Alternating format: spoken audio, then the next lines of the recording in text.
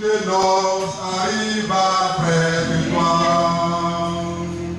Les jours de noces arrivent après de toi. Sois fidèle afin que tes vêtements soient blancs. Sois fidèle afin que tes vêtements soient blancs. Car les élus seront rassemblés, Jésus passera. Et celui qui n'est pas perdu, oui, Jésus le mettra dehors. Car les élus seront rassemblés, Jésus passera. Et celui qui n'est pas perdu, oui, Jésus le mettra dehors. Les jours des noces arrivent après toi. Les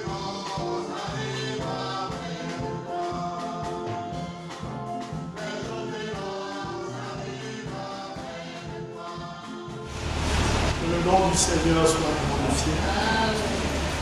Je vous salue, frères et sœurs, dans le précieux nom de Jésus-Christ, notre Seigneur et notre Sauveur. Nous sommes reconnaissants à notre Dieu qui nous donne le souffle de vie et qui conduit nos pas dans sa maison. Nous avons chanté des chœurs et vous savez qu'il est écrit dans les Écritures que notre Seigneur siège dans la louange. Amen. Dans le livre de l'Apocalypse, la Bible nous dit qu'il est digne de recevoir la gloire, l'honneur, la puissance et la louange. Amen. Il nous a rachetés par son sang. Et il a, vous voyez, racheté des hommes de toute langue, de toute tribu, de tout peuple et de toute nation. Il nous a fait rois et sacrificateurs. Amen. Que son nom soit loué et que son nom soit glorifié. Amen. En ce jour, notre prière, c'est que le Seigneur nous rende semblables à lui-même. C'est que le Seigneur nous perfectionne. C'est que le Seigneur, dans sa bonté, nous donne d'avoir au-dedans de notre cœur sa nature à lui. Et dans le livre de Pierre, la Bible nous dit qu'il nous a donné tout ce qui contribue à la vie, à la piété, n'est-ce pas? Et la Bible nous dit que nous devrions faire tous nos efforts pour ajouter à la foi la vertu, la connaissance, la tempérance, la patience, la piété et l'amour fraternel. La Bible nous dit celui en qui ces choses ne sont pas, ne voit pas loin. Et il a mis en oubli la purification de ses anciens péchés. Mais si ces choses sont bonnes et y abondent, elles ne nous laisseront point oisifs ni stériles pour la connaissance de notre Seigneur Jésus-Christ. Et l'entrée dans le royaume éternel de notre Dieu nous sera largement accordée. Voilà pourquoi il est important pour nous que nous ayons ces différents éléments qui constituent la stature de l'homme parfait. Amen. Alléluia. Il faut que ces choses soient dans nous. C'est important. Et si vous lisez bien Pierre, ces choses non seulement doivent être en nous, mais la Bible nous dit que ces choses doivent abonder en nous. Amen. C'est-à-dire que nous devons les avoir dans une quantité assez suffisante. Il faut avoir la foi, c'est bien, mais il faut avoir davantage de foi. Il faut avoir la patience, mais davantage de patience. Amen. La piété, davantage de piété. Amen. N'est-ce pas? Et si vous lisez toujours les épîtres, vous verrez qu'il a aussi parlé de l'amour. Nous devons avoir l'amour, mais la Bible nous dit celui en qui l'amour est parfait, n'est-ce pas? Quand l'amour dans notre cœur est parfait, elle bannit la crainte. Amen. Nous avons l'amour dans notre cœur, mais cet amour doit être rendu parfait. Amen. Alléluia. Et il n'y a que le Seigneur qui puisse nous amener à ce niveau-là. Lui seul. Alléluia. Nous chantons dans ce cœur qui dit, ma foi regarde à toi, toi l'agneau du calvaire, n'est-ce pas? Sauveur divin. Écoute ma prière. Il y a longtemps, je pense que nous n'avons pas chanté ça. Amen. Alléluia. C'est toujours bien de chanter ces merveilleux du cœur, parce que c'est bien pour notre âme. Que le nom du Seigneur soit glorifié. Nous allons prendre nos livres dans le livre de 2 Pierre, le chapitre 3. Et nous allons lire, je crois que le dernier message que j'avais apporté un dimanche, c'était sur ce message tiré de ce passage. Nous allons continuer. Et par la grâce de Dieu, peut-être que nous allons terminer aujourd'hui. Alléluia. 2 Pierre, le chapitre 3, le verset 17. Il est dit donc, vous donc, bien-aimés, qui êtes avertis, tenez-vous sur vos gardes, de peur qu'entraînés par l'égarement des impies, vous ne veniez à déchoir de votre fermeté, mais croissez dans la grâce et dans la connaissance de notre Seigneur et Sauveur Jésus-Christ. À lui soit la gloire, maintenant et pour l'éternité. Amen. Que le nom du Seigneur soit béni. Amen. Et nous avons tiré la prédication à partir du verset 17. Tenez-vous sur vos gardes. Alléluia. Oui, bien-aimés, c'est important pour nous de considérer toute la parole de Dieu, parce que nous le disons. Dans le livre de Deutéronome, il est dit que l'homme ne vivra pas de pain seulement, mais de toute parole qui sort de la bouche de Dieu. Amen. Dieu nous nourrit de sa bonne et précieuse parole, comme un homme conscient sait dans le plus profond de son cœur qu'il a besoin de s'alimenter de manière physique pour que le corps puisse être en bonne santé, lutter convenablement contre les maladies. Alors, l'homme spirituel aussi conscient sait qu'il lui faut la nourriture de son âme. Amen. Pour que l'âme aussi soit bien portante, pour que l'âme puisse grandir, pour qu'elle puisse croître. Alors, cette nourriture-là, elle s'appelle la parole de Dieu. Amen. C'est elle qui nourrit nos âmes et qui nous amène à grandir. C'est ce que nous enseignent les Saintes Écritures. Alors, nous avons lu le verset 1 du chapitre 3 et nous allons recommencer. Il est dit ceci: voici déjà, bien-aimés, la seconde lettre que je vous écris. Dans l'une et dans l'autre, je cherche à éveiller par des avertissements votre saine intelligence. Alléluia. Alors l'apôtre Pierre ne se lassait pas d'écrire et d'écrire les mêmes choses pour les croyants. Alors, comme nous l'avons dit la dernière fois, pour nous les hommes, quelquefois, nous n'arrivons pas à comprendre les choses de Dieu. Mais c'est normal. Parce que dans le livre d'Ésaïe, le Seigneur nous dit que ses pensées ne sont pas nos pensées. Amen. Et ses voies ne sont pas nos voies. Amen. Lorsque nous considérons la distance qu'il y a entre le ciel et la terre, le Seigneur nous dit c'est ainsi que nos voix sont élevées, ou ses voix sont élevées au-dessus de nos voix, ses pensées au-dessus de nos pensées.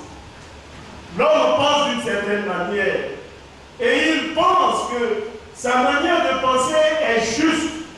Mais pour le Seigneur, lorsqu'il regarde la pensée des hommes, il qualifie cette pensée-là de folie. C'est pourquoi dans le livre de Corinthiens, La Bible nous dit que le monde, avec sa sagesse, n'a point connu Dieu. Alors il a pu aller de sauver les hommes sur la base de la folie de la prédication. La manière de penser de Dieu, elle est tout à fait différente de la manière de penser des hommes. Nous concevons les choses d'une manière, Dieu lui il conçoit les choses d'une autre manière. Lorsqu'un homme dit que le monde il est beau, que le monde est bien, pour le Seigneur lorsqu'il regarde, il dit que le monde n'est rien d'autre qu'une pourriture. Pourquoi? Parce qu'elle a été infectée par le péché. La manière dont conçoit l'homme charnel le monde, ce n'est pas de cette manière que le Seigneur, lui, il conçoit ce monde. C'est pourquoi, après le péché, ce monde que nous voyons aujourd'hui, il est identifié à l'Éden de Satan. Alléluia. Oui, frère bien-aimé. Parce que l'Éden, selon le Seigneur, c'était la vie à l'intérieur. Alléluia. Mais lorsque le péché est entré dans le monde, le Seigneur a dit chasser les hommes. Alléluia. Et aujourd'hui, les hommes vivent dans une certaine beauté. Parce que Éden même veut dire beauté. Amen. Alléluia. Et alors, le diable lui aussi, il donne une certaine beauté au monde pour attirer les hommes à l'intérieur de ce monde. Alors le Seigneur dit que nous sommes dans ce monde et nous ne sommes pas du monde. C'est pourquoi il a prié pour nous. Il dit, comme je ne suis pas du monde, eux aussi ne sont pas du monde.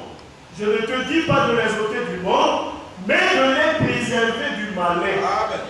Parce que si on disait les choses ainsi, on aura tendance à croire que nous ne vivons pas dans le monde. Mais nous ne sommes pas du monde, mais nous vivons à l'intérieur du monde.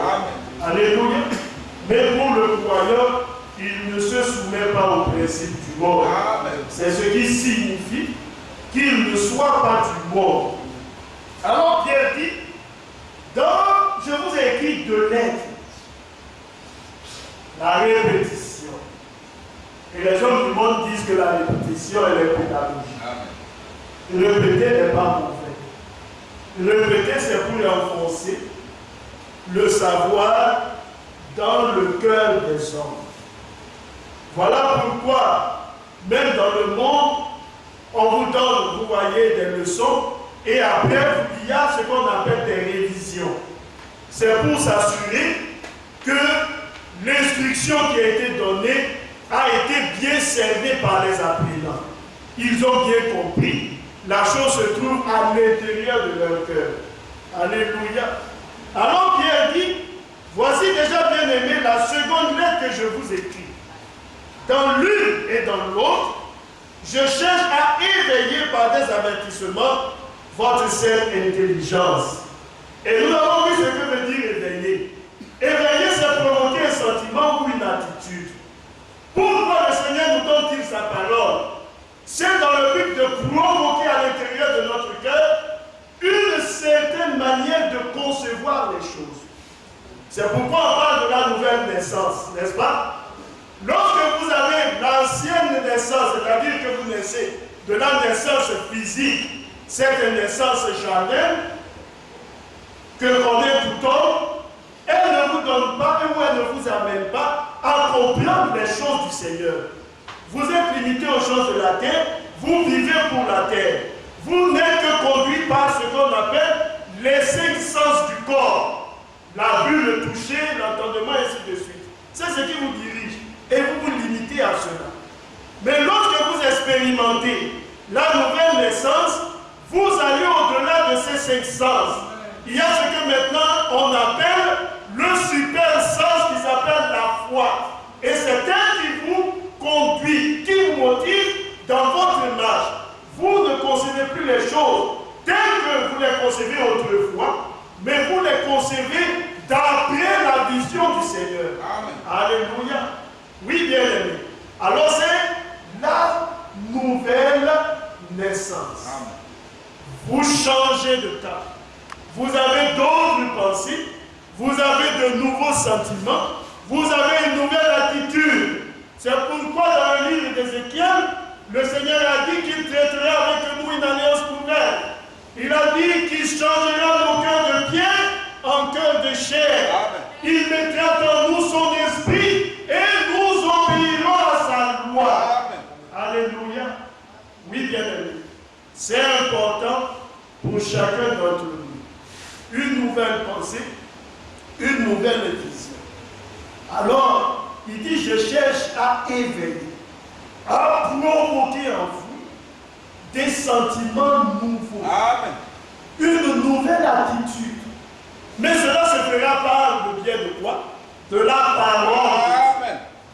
C'est pourquoi dans le livre de Pierre, il est dit qu'aucune prophétie de l'Écriture ne peut être l'objet d'interprétation particulière, car c'est poussé par l'Esprit que les hommes ont parlé de la part du Seigneur.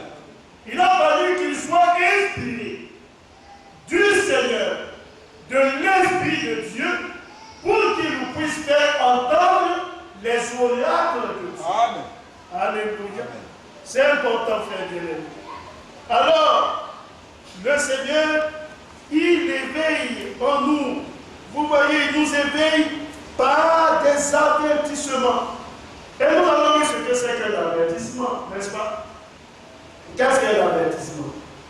Un avertissement n'est rien d'autre qu'un conseil, une recommandation ou voire une réprimande. Alléluia. Le Seigneur nous donne ses conseils à lui. Et c'est important, frère. Ce n'est pas les conseils selon l'homme, mais c'est les conseils selon lui. Amen. Remarquez que le Seigneur, dans le livre de Jean, le chapitre 14, il dit, lorsque je m'en serai allé, je vous enverrai un autre consolateur. Mais qu'est-ce que le consolateur? Le consolateur n'est rien d'autre que le Saint-Esprit. Amen. Et le consolateur est traduit aussi par le paraclet. Amen. Alléluia. Celui-là qui est à nos côtés et qui nous secoue. Alléluia. Le Seigneur constitue pour le croyant le véritable conseiller. Oui, bien aimé.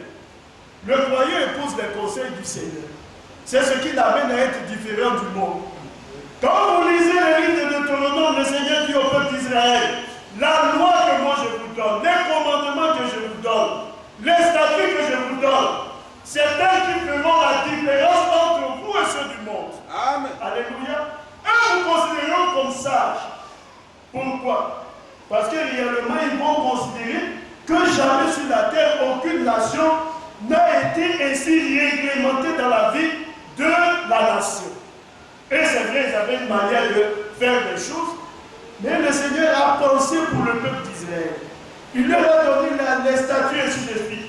Et c'est à partir de ce savoir biblique que les hommes du monde ont ce qu'on appelle aujourd'hui les constitutions. Alléluia. Amen. Chaque nation a une constitution, une règle qui régit la vie de la nation. Le Seigneur, lui, il a pensé pour Israël et lui a donné sa loi à lui. Amen. Qui constituait pour eux leur constitution. Amen. Alléluia. Et vous savez que lorsqu'un homme, lui, il fait une constitution, il y a aujourd'hui des constitutionnalistes, je ne sais pas si je prononce bien, ces hommes-là, ils pensent. Mais comme c'est l'homme qui pense, la loi que pense l'homme n'est jamais parfaite. Elle a des imperfections. Les hommes, avant jusqu'à un certain moment, ils se rendent compte qu'ils ont omis certaines choses. On essaie de faire des compléments ici et là. Mais le Seigneur, lui, il pense de manière parfaite pour son peuple. C'est pourquoi dans le livre de Proverbes, la Bible nous dit que la loi de Dieu, elle est parfaite. Amen. Elle est affinée. Nous n'avons pas le droit d'ajouter ou de retrancher. Amen. Il a pensé pour l'Église, il a pensé pour son peuple, il a pensé pour ses enfants. Alléluia. Apocalypse, le chapitre 22, nous le dit. C'est lui qui ajoute. Il est maudit, n'est-ce pas? Et c'est lui qui retranche. La Bible nous dit que Dieu retranchera aussi sa part de l'arbre de vie. Amen. Nous n'avons donc pas le droit d'ajouter ou de retrancher. Tout ce que nous devons faire, c'est de prendre la parole telle qu'elle nous a été donnée et de marcher d'après notre Seigneur. Alléluia. Alors Dieu, il nous éveille par des avertissements. Il dit, éveillez votre sainte intelligence par des avertissements. Dans le livre d'Apocalypse, nous allons lire cela un instant.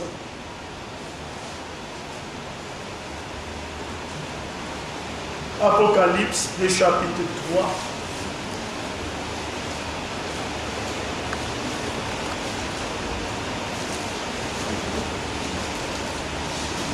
Le verset 14. C'est le message que Dieu nous a donné pour nous qui sommes parvenus au temps de la fin. Amen. Apocalypse 3, 14. Le frère va m'aider. Apocalypse 3, verset 14. Écrit à l'ange de l'église de l'Odyssée.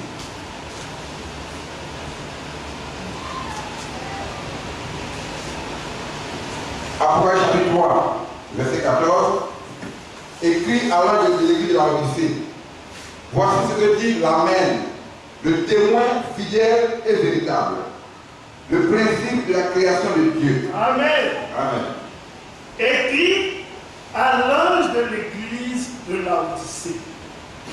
Alléluia. Amen. Oui, bien-aimé. Notre Seigneur, c'est un Dieu d'ordre. Amen. Il ne marche pas dans le désordre, Amen. mais dans l'ordre. Quand bien même le message est destiné pour les croyants parvenus au temps de la fin, notre Seigneur, il prend le soin de s'adresser à un homme. Amen. Et c'est toujours comme ça que fait le Seigneur. À Moïse, pour le peuple d'Israël, il a parlé. Alléluia. Et dans des moments clés, lorsqu'on parle de prophète messager, tel que Jérémie, à un moment donné, le Seigneur lui prend le soin de parler à un homme pour que lui puisse transmettre la commission aux hommes. Amen. C'est toujours ainsi que fonctionne le Seigneur. Quand il voulait détruire le monde, il est passé par un homme. Et cet homme-là, il s'appelle Enoch. N'est-ce pas? Noé plutôt. C'est toujours la manière de faire du Seigneur. Amen. Il ne change pas. Alléluia. Comme le Seigneur ne change pas, le diable aussi ne change pas dans sa manière de faire. Amen. Il reste toujours le même individu. Ses tactiques peuvent changer, mais lorsque vous observez, la substance de la chose, elle ne change pas. C'est pourquoi ce qu'on peut appeler adultère, ce qu'on peut appeler vol, ce qu'on peut appeler meurtre, et ainsi de suite, le Seigneur l'a résumé tout simplement dans l'incrédulité, Amen. dans le péché. Alléluia. Oui, bien-aimé. Parce que le nom, peu importe le nom qu'on donne à une action qui est anti-biblique, ce n'est rien d'autre que le péché. Amen. Et le péché est traduit par la transgression de la loi. Amen. C'est ce que veut dire le péché. Alors le prophète du temps de la fin disait, peu importe les noms qu'on donne, il dit ça, ce ne sont que les attributs du péché. Parce que le péché même n'est rien d'autre que l'incrédulité, le fait de ne pas croire ce que Dieu a dit. Amen. C'est ça le péché, l'incrédulité. Alors le diable, il amène un autre à mentir, un autre à commettre de l'adultère, et ainsi de suite. Mais lorsque vous considérez toutes ces choses, vous arrivez à une seule et même pensée, ce n'est rien d'autre que le péché, l'incrédulité. C'est pourquoi dans le livre d'Apocalypse, frère, au chapitre 1er, la Bible dit à celui-là qui nous a lavé de nos péchés par son sang. Dans certaines versions, il est dit à celui-là qui nous a délivrés de notre incrédulité par le moyen de son sang. Amen. Alléluia. Alors pour le Seigneur, le péché n'est rien d'autre que l'incrédulité. Amen. Le fait de douter dans ce que lui il a dit. Amen. Alléluia. Alors le Seigneur, il s'adresse à l'ange. C'est pourquoi, frère bien-aimé, peu importe ce que les hommes de la dénomination disent, il n'y a pas de salut dans leur voix. Amen.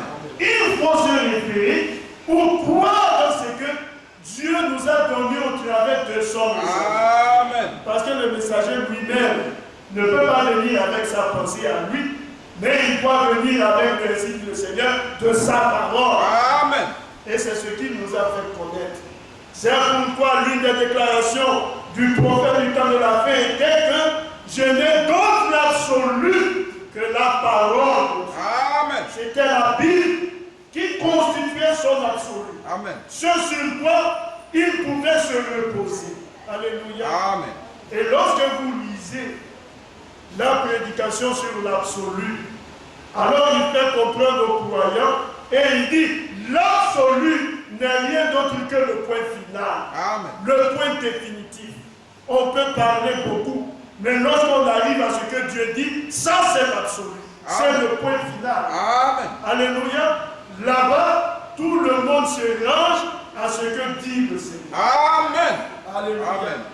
Alors il dit, écrit à l'ange de l'église de Laodicée. Amen.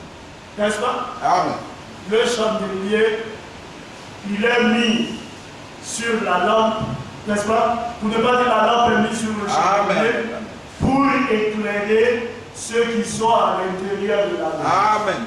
Si vous êtes à l'extérieur, la lampe là, elle ne vous profitera pas. Amen. Il faut être à l'intérieur. C'est comme une maison. Lorsque les hommes sont à l'intérieur, ils peuvent jouir de la lumière qui se trouve à l'intérieur. Celui qui se trouve à l'extérieur, qui marche dans les rues, lui ne profite pas de la lumière. Amen. Mais s'il veut profiter de la lumière, il faut qu'il accepte d'entrer dans la maison. Amen. Et cette maison-là, elle n'est rien d'autre que l'église du Seigneur. Amen. Parce que l'église du Seigneur, elle est la maison du Seigneur. Amen. Alléluia. Oui, bien là. Alors le Seigneur dit écrit. C'est Jean qui a commencé à écrire. N'est-ce pas? C'était Jean l'écrivain. Il a commencé à écrire. Et cela devait être donné à l'ange pour que l'ange à son tour lui le donne à l'église. Amen. Et il continue pour dire. Mais, Amen. Le 15, toujours 14. 14. Voici. Vois, écrit à l'ange de l'église de Laodicée, voici ce que dit l'Amen, le témoin fidèle et véritable, le principe de la création de Dieu. Alléluia. Amen. Et remarquez que lorsque dans le livre de l'Apocalypse, le Seigneur nous a été montré, marchant au milieu des lampes d'or. Et lorsque vous vous référez au livre d'Apocalypse, le chapitre 2 jusqu'au chapitre 3, le Seigneur, à chaque fois qu'il s'adresse à l'Église, il prend le soin de révéler à l'Église une partie de quoi? De sa personne à lui. Amen. Alléluia. Oui, frère bien-aimé. Alors là, il dit voici ce que dit l'Amen. Alléluia. Et vous savez que l'Amen, ce n'est rien d'autre que le oui. Parce qu'Amen veut dire ainsi soit-il. Amen, je suis d'accord. Alléluia. Alors l'Amen, il est le témoin fidèle. Amen. Alléluia. N'est-ce pas? Jésus est notre témoin. Amen. C'est pourquoi on chante ce cantique. Qui sera mon témoin devant le Seigneur. N'est-ce pas? Amen. Jésus sera mon témoin. Amen. Alors il est le témoin. Amen. Fidèle. On a même raison pour témoigner. Lui, lorsqu'on lui propose une certaine somme, ou lorsqu'il se sent influencé, il donne un témoignage qui est contraire à la réalité. Amen. Jésus dit, lui, il est le témoin fidèle. Amen. Alléluia. Qui pouvait croire Joseph? Même du haut des cieux, Dieu était son témoin. Alléluia. Oui, bien aimé. Alors il est dit encore, le principe de la création de Dieu. Dans d'autres versions, on dit le commencement. Amen. Alléluia. De la création de Dieu. Amen. Au commencement était la parole. Amen. Elle était auprès de Dieu et la parole était Dieu. Amen. Alléluia. Et lorsque le commencement a été faussé avec Adam, dans le livre de 1 Corinthiens 15, Dieu dit, moi, je fais encore un nouveau commencement. Amen. Et Adam, lui, était un homme tiré de la terre, n'est-ce pas? La Bible nous dit de Jésus, il est, je crois, un esprit vif. Amen. Alléluia. Amen. Vous avez le premier et le second Adam. Amen. Un nouveau commencement. Amen. Qui se fait en la personne du Seigneur Jésus. Amen. Alléluia. Il dit donc au verset 15. Amen. Au verset 15, je connais tes œuvres. Alléluia. Le Seigneur dit, je connais tes œuvres. Personne n'est caché devant lui. Amen. Tout est mis à lui. Amen. Il dit à l'église, je connais tes œuvres. Amen. Tes œuvres là sont dans ma main. Moi, je les connais. Je sais comment tu fonctionnes. David dit dans le livre de Psaumes, tu me sondes et tu me connais. Amen. N'est-ce pas? Amen.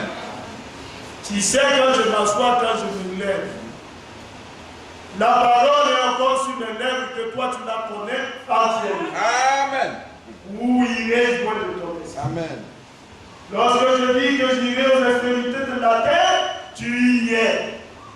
Lorsque je dis que les ténèbres seront pour moi, comme un manteau, c'est alors qu'elles sont lumière devant nous. Alors il dit, je connais tes œuvres. Amen.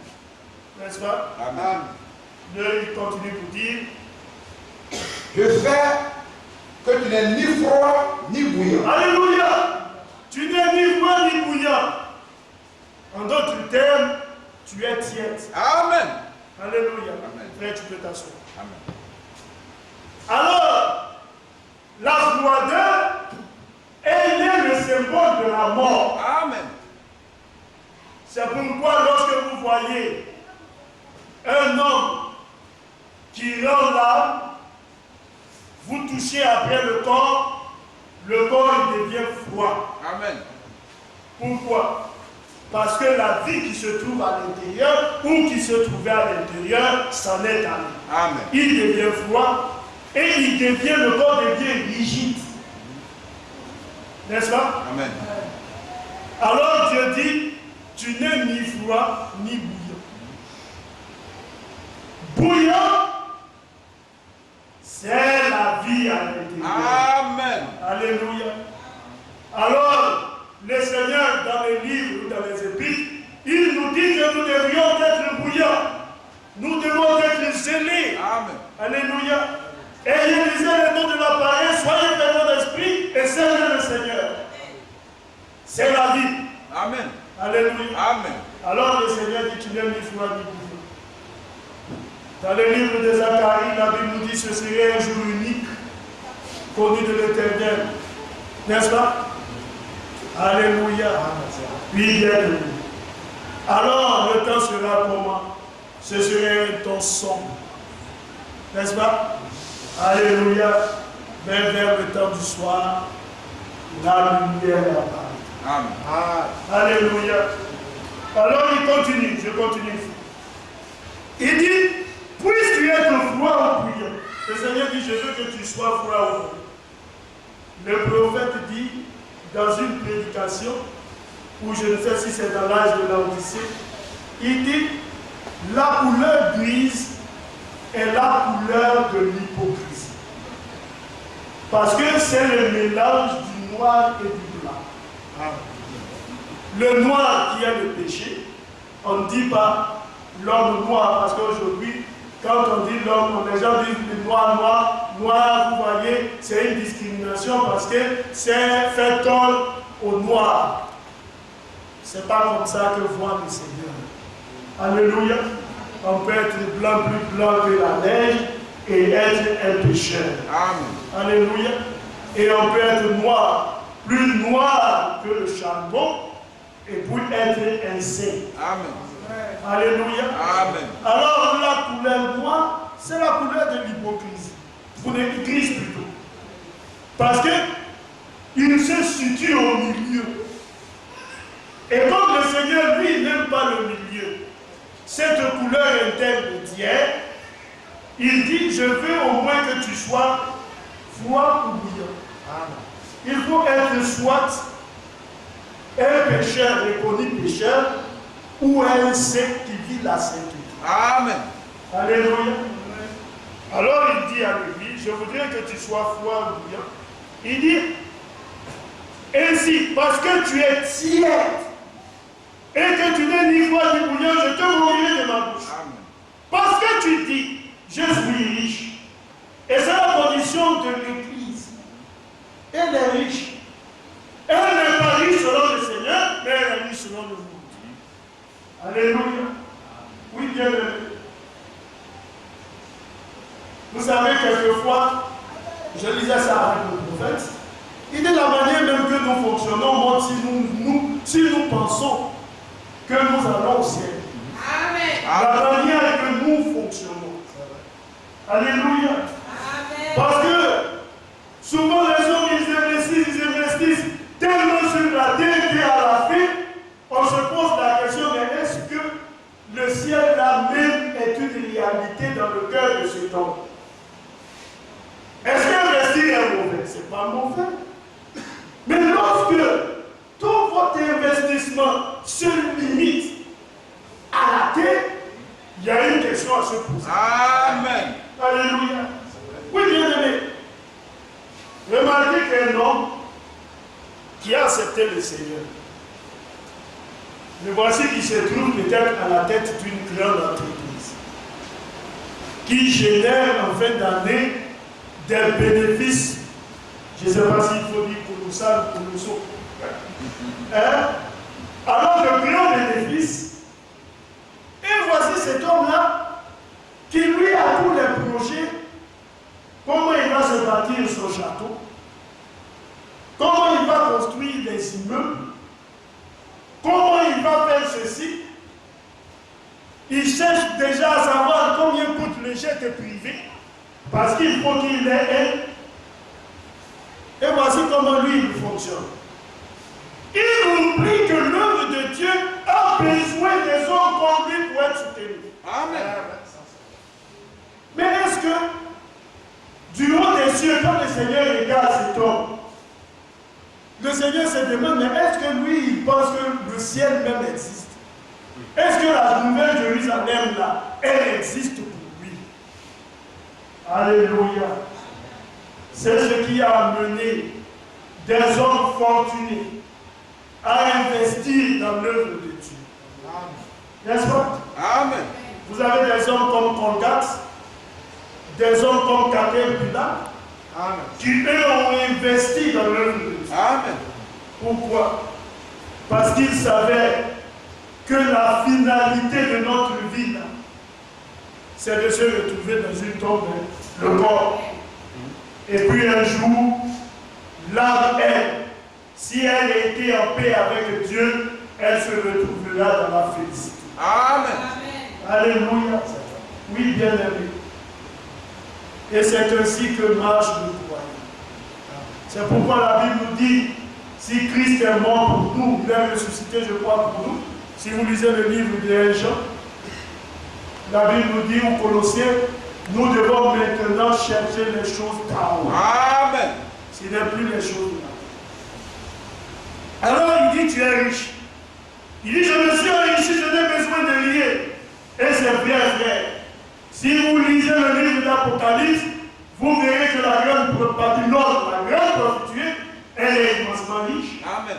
C'est pourquoi, lorsque son jugement sera manifesté, alors tous ceux qui trafiquent avec elle seront dans le deuil. Pourquoi? Parce que celle qui a acheté d'eux a été détruite, jugée par le Seigneur. Amen. Alléluia. Alors le Seigneur dit, il dit, et parce que tu ne sais pas que tu es malheureux, misérable, pauvre, aveugle et nu. C'est un reproche, c'est une réprimande. N'est-ce pas? Il dit, je te conseille d'acheter de moi de l'or éprouvé par le feu afin que tu deviennes riche et des vêtements blancs afin que tu sois vêtu et que la honte de ta nudité ne paraisse pas, et un collier pour un de tes yeux afin que tu voies. Voilà ce que veut le Seigneur. Amen. L'Église. Il faut que nos yeux là soient ouverts. Lorsque vous avez du mal à bien percevoir les choses, vous allez au niveau de l'hôpital. Là-bas, les généralistes, ils vous regardent. Et lorsqu'ils voient que c'est un problème assez sérieux, alors qu'est-ce qu'il faut faire? Ils vous orientent vers l'ophtalmologue. L'ophtalmologue vous consulte. Il regarde. Et selon la manifestation de, vous voyez, de votre infirmité, il vous conseille un certain colis. Il dit, tu le prends, tu mets des gouttes ici, peut-être c'est 2 gouttes, dans chaque œil, sur telle période, et tu verras le résultat. Quand tu vas, tu appliques, alors tu vois à la fin que les choses se passent bien. Le Seigneur dit, comme il y a le colis physique, moi aussi j'ai le colis spirituel. Amen. Je te conseille de venir et de l'acheter avec moi. Amen. Quand tu vas l'appliquer sur tes yeux, tu ne vas plus voir les choses comme le monde voit. Amen. Tu verras les choses telles que moi, je les apprécie. Amen. Tu verras les choses telles que moi, je vois. Amen. Alléluia. Oui, bien aimé. Et ça, c'est la vision que donne le Seigneur à l'Église. Amen. C'est pourquoi, je crois, il a dit de Zacharie, n'est-ce pas? La Bible nous dit que ce prophète-là, il avait l'intelligence des visions. Il l'est compris. Alléluia. Et un homme se lève, il dit Dieu m'a donné une vision. Dieu t'a donné quelle vision c'est dans la vie? Frère, Dieu nous a donné une vision. Et cette vision-là, elle est consignée dans l'Apocalypse chapitre 3. Amen. Elle est définie dans Éphésiens le chapitre 2. C'est le retour à la parole. Amen. Alors on ne peut pas venir pour dire Dieu nous a donné encore une autre vision. Non, l'Église a une vision. Cette vision est le retour de la parole au fondement apostolique pour le départ dans le ciel de gloire. Amen. Il n'y a pas d'autre vision. Alléluia. Oui, bien aimé. Alors il dit, moi je reprends et je châtie tout ce que j'aime. Aie donc du zèle et répands-toi. Et à la fin, la Bible nous dit que celui qui a des oreilles, n'est-ce pas, après que la promesse a été employée, celui qui vaincra, je lui donnerai de s'asseoir avec moi sur le trône comme moi j'ai vaincu et je me suis assis avec mon Père sur le trône. Amen. Que celui qui a des oreilles écoute ce que l'Esprit dit à l'Église. Alléluia. Alors le Seigneur nous donne des avertissements. Oh bien-aimés, des avertissements pour éveiller notre saine intelligence. Amen. Alléluia. Amen. Quelle est notre manière de faire? Quelle est notre manière de penser? Il nous faut épouser les pensées du Seigneur. Amen. Avoir les attitudes justes selon le Seigneur. Amen. Que le nom du Seigneur soit béni. Amen. Bien-aimés, je pense que nous allons nous arrêter. J'avais voulu descendre plus bas, mais je me rends compte qu'à chaque fois, nous ne nous arrêtons que dès le début.